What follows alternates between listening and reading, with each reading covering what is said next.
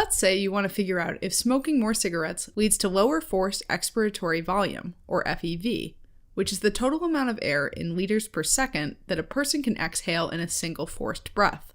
And let's say that healthy men generally have an FEV of around 4 liters per second.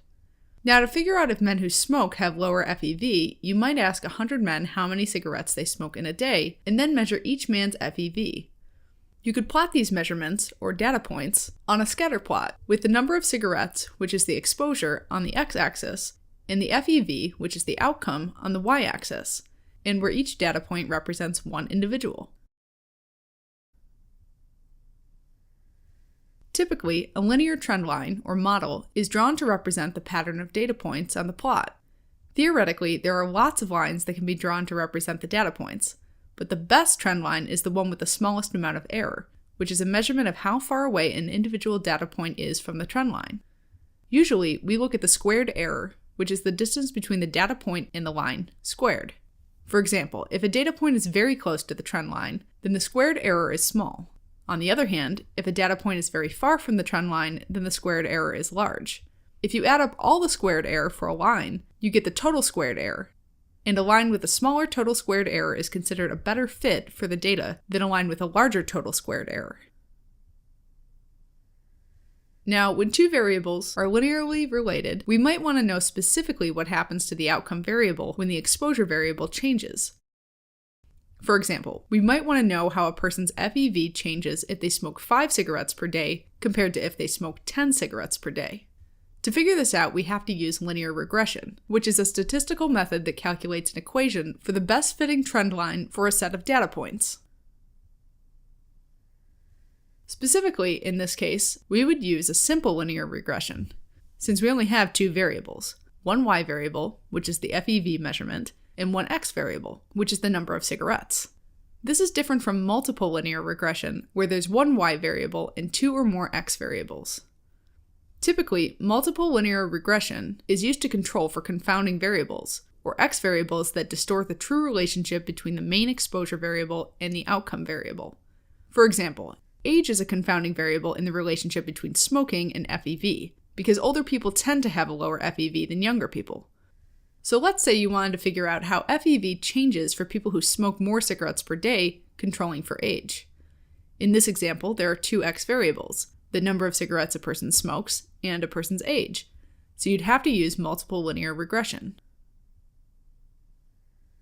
Now, there are 4 key assumptions that are used in linear regression, and an acronym for these assumptions is LINE, or line.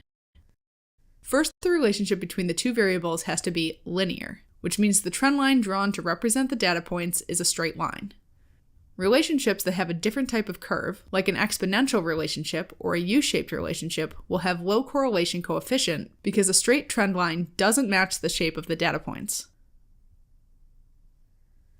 The second assumption is that each individual in the sample was recruited independently from other individuals in the sample. In other words, no individual influenced whether or not any other individual was included in the study. For example, if one person agrees to be in the study only if their friend can be included in the study, then these 2 individuals would not be independent of each other, and the second assumption would not be met. Independent recruitment ensures that people included in the study have similar characteristics to the target population, and that the results of the test can be applied to the target population, meaning it has good external validity. Additionally, the sample population must have been recruited randomly, like if you chose 100 names randomly from a list of all names in the target population. Like independent recruitment, random sampling is important because it ensures that the sample population approximates the target population.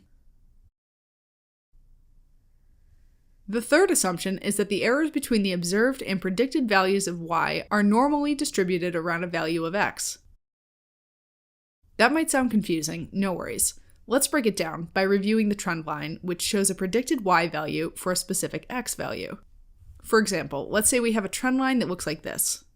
According to our trend line, for people that smoke 10 cigarettes per day, we predict that their FEV will be around 3 liters per second. But in reality, some people that smoke 10 cigarettes per day will have an FEV that's higher or lower than 3, simply because of individual differences, like how old a person is or how much a person exercises. Now, remember that the distance a point is from the prediction line is called error, and points that are far from the line are said to have high error. Okay, so the third assumption says that the errors for a given point will follow a normally distributed bell curve, meaning most people will have low error, so their FEV will be clustered near the trend line, and fewer people will have high error, so their FEV will be higher or lower than the trend line. And this is true for every value of X, or for each number of cigarettes smoked per day. The fourth assumption is that the data points must have equal variance, which is also called homoscedasticity. Basically, this means that the data points are equally spread out from the trend line for every value of X. If the data points are closer to the trend line on one end and further away on the other end, then the assumption of equal variance is not met, and the data are heteroscedastic. Now, going back to a simple linear regression. A linear trend line is represented by the equation y hat equals b naught plus b1 x1, where y hat is the estimated value for the outcome variable, which in this case is FEV, and x1 is the value of the exposure variable, so in this case that's the number of cigarettes a person smokes. b naught represents the y-intercept and b1 represents the slope of the line. Typically, we use statistical software to calculate the linear equation, and the software will provide b naught and b1, which we can then plug into our equation. For example, let's say the software gives us a b naught of 4 and a b1 of negative 0.1. So the equation for the line would be y hat equals 4 minus 0.1 times x1. This equation tells us two crucial pieces of information. First, b naught tells us the average value of the outcome variable when the exposure variable equals 0. For example, a b naught of 4 means that people who smoke 0 cigarettes per day have an average FEV of 4 liters per second. Second, b1 tells us the effect size, or how much of the outcome variable changes for every 1 unit increase in the exposure variable. For example, a b1 of negative 0.1 means that on average the FEV will decrease by 0.1 liters per second for every 1 additional cigarette smoked per day. In other words, if people that smoke 0 cigarettes per day have an average FEV of 4, then people who smoke 1 cigarette per day will have an FEV of 4 minus 0.1, or 3.9. People that smoke 2 cigarettes will have an average FEV of 3.9 minus 0.1, or 3.8, and so on. We can also use this equation to predict the average FEV for a certain number of cigarettes smoked per day. For example, let's say we want to predict the FEV for a person that smokes 10 cigarettes per day. To do this, we plug the number 10 into the x1 spot in our equation. So y hat equals 4 minus 0.1 times 10, and then solve for y hat. 0.1 times 10 is 1, and 4 minus 1 is 3. So we predict that a person that smokes 10 cigarettes per day will have an average FEV of 3 liters per second. In multiple linear regression, it's common to have 2, 3, 4, or more exposure variables that are all included in the linear regression equation. To keep things simple, let's just do an example with 2 exposure variables. So let's say we want to look at the relationship between FEV and number of cigarettes, and that we want to control for age, which we think is a confounder. So here, the exposure variables are the number of cigarettes and age. In this case, our equation will be y hat equals b naught plus b1 x1 plus b2 x2, where x1 is number of cigarettes and x2 is age. Statistical software provides the y-intercept and slopes for each variable. So let's say it gives us a b naught of 4, a b1 of negative 0.1, and a b2 of negative 0.02. A b2 of negative 0.02 means that the average FEV decreases by 0.02 liters per second for every 1 year increase in age. So let's say we want to predict the average FEV for a 50-year-old man who smokes 15 cigarettes per day. So we plug each number into our equation and get y hat equals 4 minus 0.1 times 15 minus 0.02 times 50. 0.1 times 15 is 1.5, and 0.02 times 50 is 1. So the equation can be simplified to 4 minus 1.5 minus 1, which equals 1.5.